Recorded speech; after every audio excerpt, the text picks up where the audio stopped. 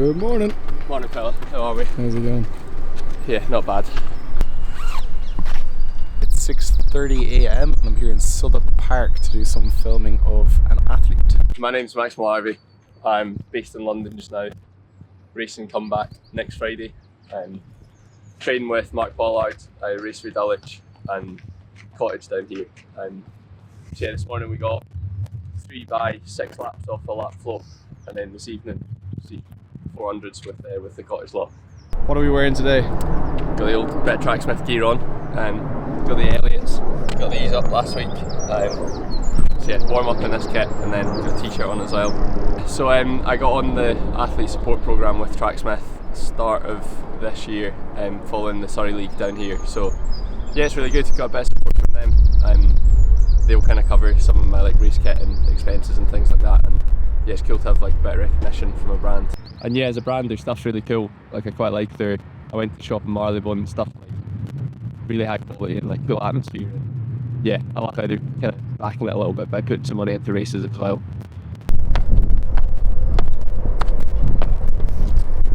Fresh shaved legs for the session this morning. Yeah. Looking fast. Double day. Otherwise.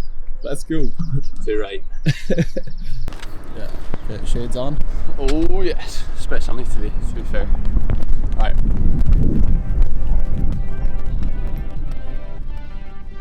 So I started running, I think I was around the age of 12.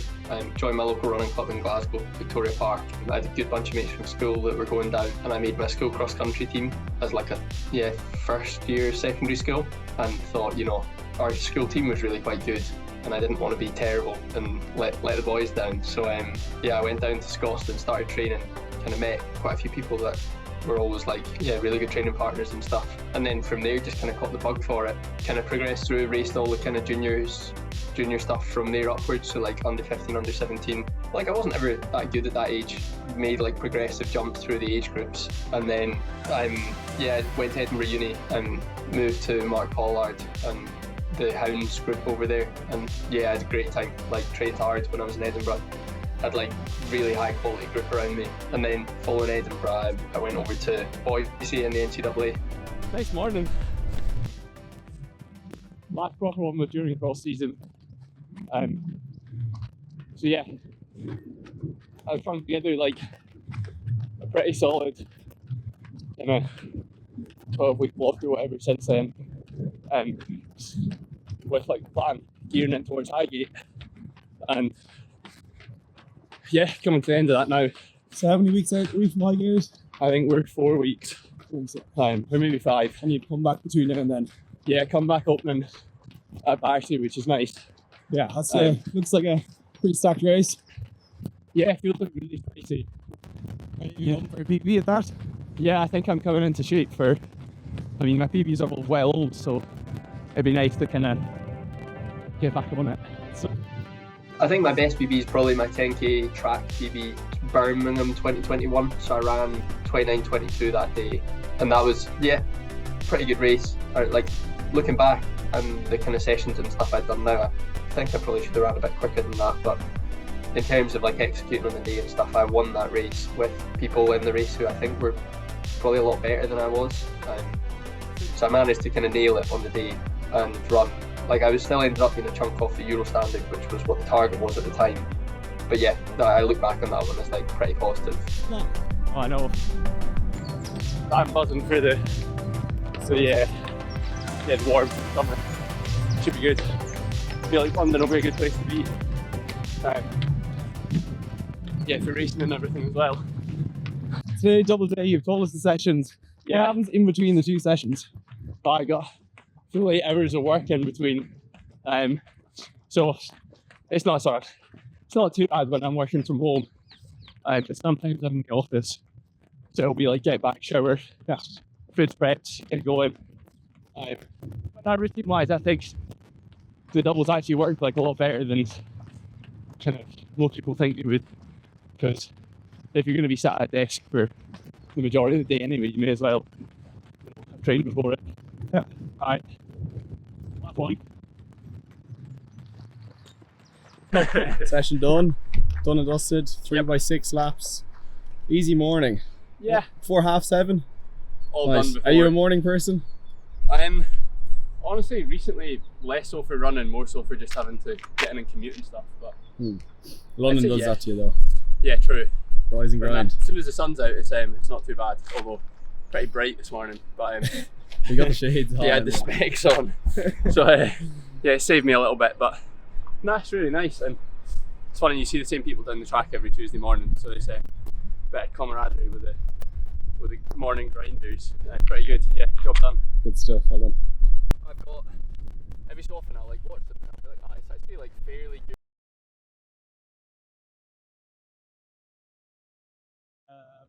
Okay, I had on our first date. Are you wearing the same clothes? No, I've switched up. I'm done some washing, more Tracksmith gear on. There you go.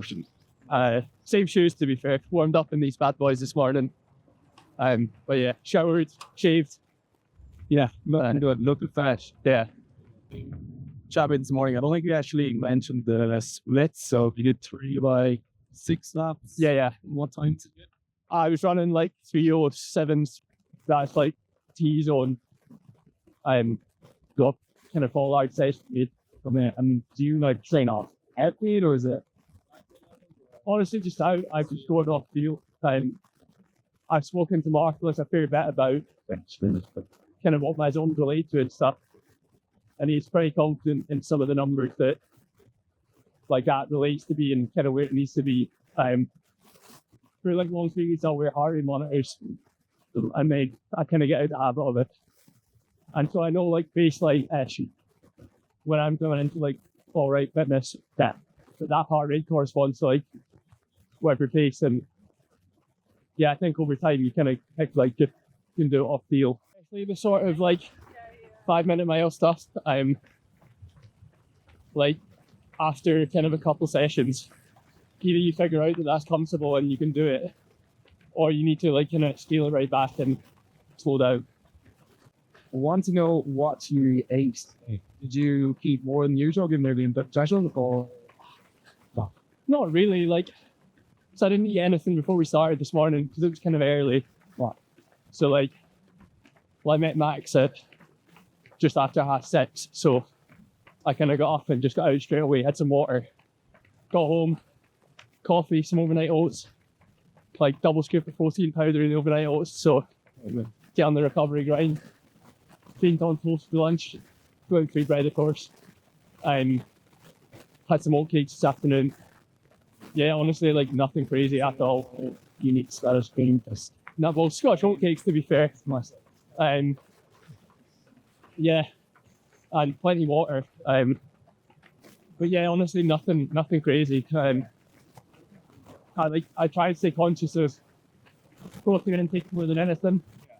Like I think that's one that like a lot of people either struggle with or whatever. But Would you take powder every day just to make sure you? yeah, every day. I have the same breakfast every day. It's like oats with protein and stuff in it. Some fruit, yogurt, stuff like that. So yeah, I think that's like once you're in the routine, it's dead easy to just, especially when working, grab a Tupperware and I usually eat it like at work or whatever. And yeah, a couple of coffees to keep me going as well. But yeah, it's nothing crazy. How much why did you do eat the penny sack? So I've been getting some stick for this recently from some of the Cottage guys. I'm on usually high intensity week, and the terms there's like a decent number of the dates. I've been hard stuff on them. So like current week just now, I had 83 miles last week, like under the 35k, something like that. So that's like with 2 gym sessions as well. Started all on like big days of Tuesday and Saturdays for sessions. I kind of top up thing on a Thursday with like some strides and stuff. And then long on Sunday. So say you're back when last week you did like 27. Like yeah. How many days essentially? Was that considered a session or is that just No, that's just Sunday run, yeah. I think like previously I used to do quite a lot of Sunday stuff pretty hard. I get told off for it quite a lot as well. But I think once you're in the routine of like getting moving a little bit on a Sunday, it doesn't hurt you as much as like think it would. And I had massage yesterday, first one in a very long time. So I knew that last week after the meal, was like, yeah, that's actually relaxed. Yeah, that was like good excuse to give it like a decent nudge on Sunday, knowing that I was having that yesterday, and that you can pick a little, and hopefully that'll put you back ready to lot of bed. That being your longest a lot. Something not really. I think there's a few Sundays that have been long, maybe longer in terms of duration. But yes. So Sunday was probably the first quicker one for a while. I've had a few that have been like 2 hours. So like actual time on foot a little bit longer. And I find like I'm not so specific in terms of pace on Sundays anymore. So if it's at like 7-minute miles or like 6-minute miles, I'm not really bothered. Then like Pollard says he's Highgate Sundays. So yes, it was an hour and 45. And it was just a case of like we'd say Potter down and she kind of wanted to do some steady stuff. So I sent Mark Pollard the stuff that Mark Lloyd was saying on Monday and just like confirm that it works. And so sometimes I'll get told to like the road session works better than the track, or like a little better shortened or whatever. But like the group aspects of getting to come down Battersea and have like 10-20 guys that are like really strong, like outweighs doing a solo session every day of the week, I think. So I think that's massive, having company, especially like these are I'm solo now. So yeah, I always try and push the like get the group thing, even if and then this is exactly what Paul argues saying.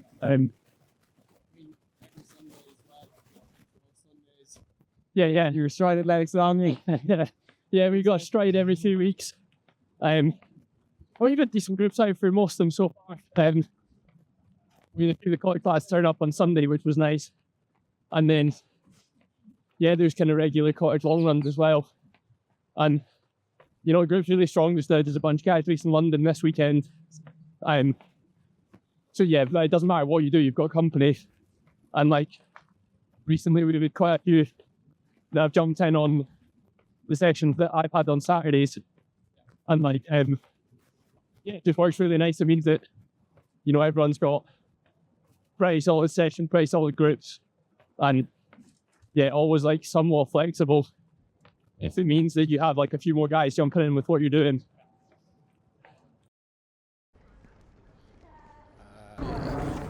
Fucked it, I'm missing a spike.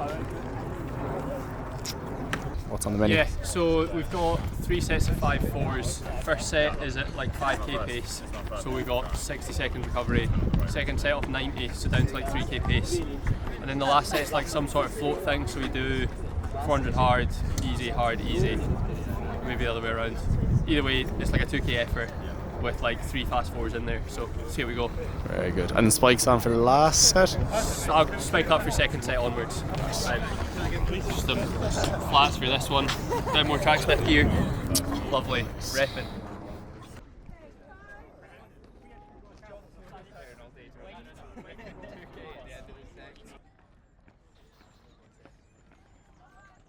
And you're going to keep it going. You got to It is effectively a 2k rate. Yes. Yeah. So and you're carrying some fatigue, but that whole thing is to hold yourself together for that last. When we get to between the sets, so we can spike.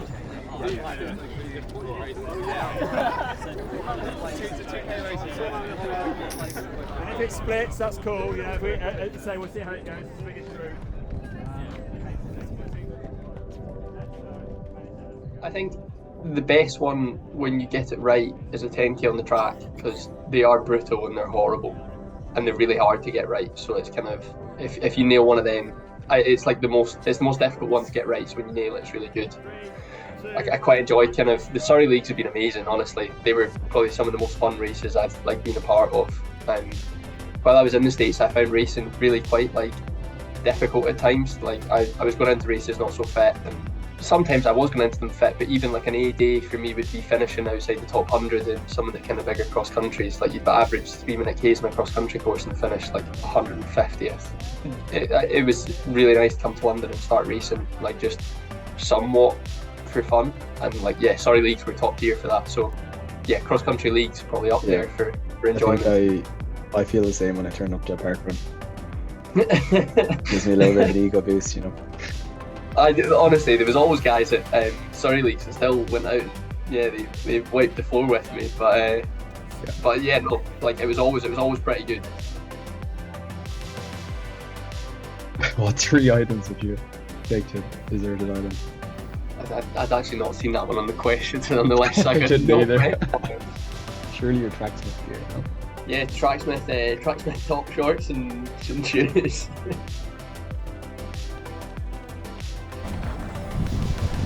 66. Lovely. I've been pretty fortunate with injury. I've got my Achilles or something that I've kind of had some troubles with, but it's never been something that's put me out for any sort of long periods of time. It's just been something that when I'm up training at kind of higher volumes, I have to manage. But it's not that's purely just I'm pretty lucky that that's all I've had to deal with.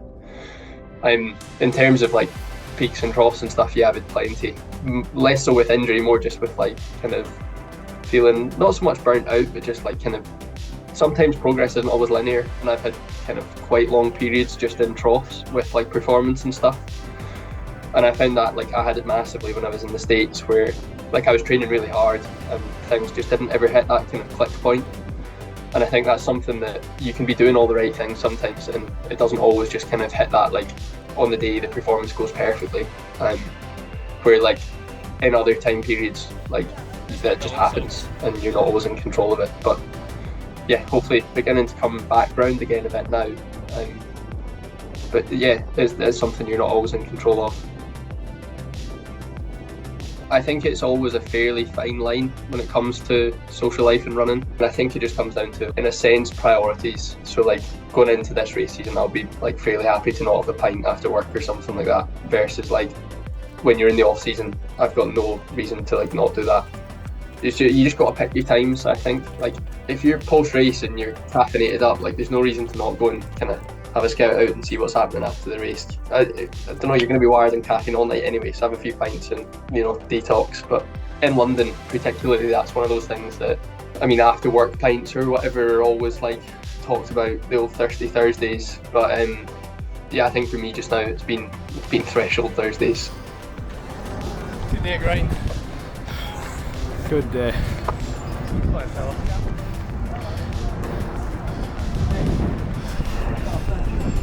Yeah. Work hard. Quite like it, to be honest.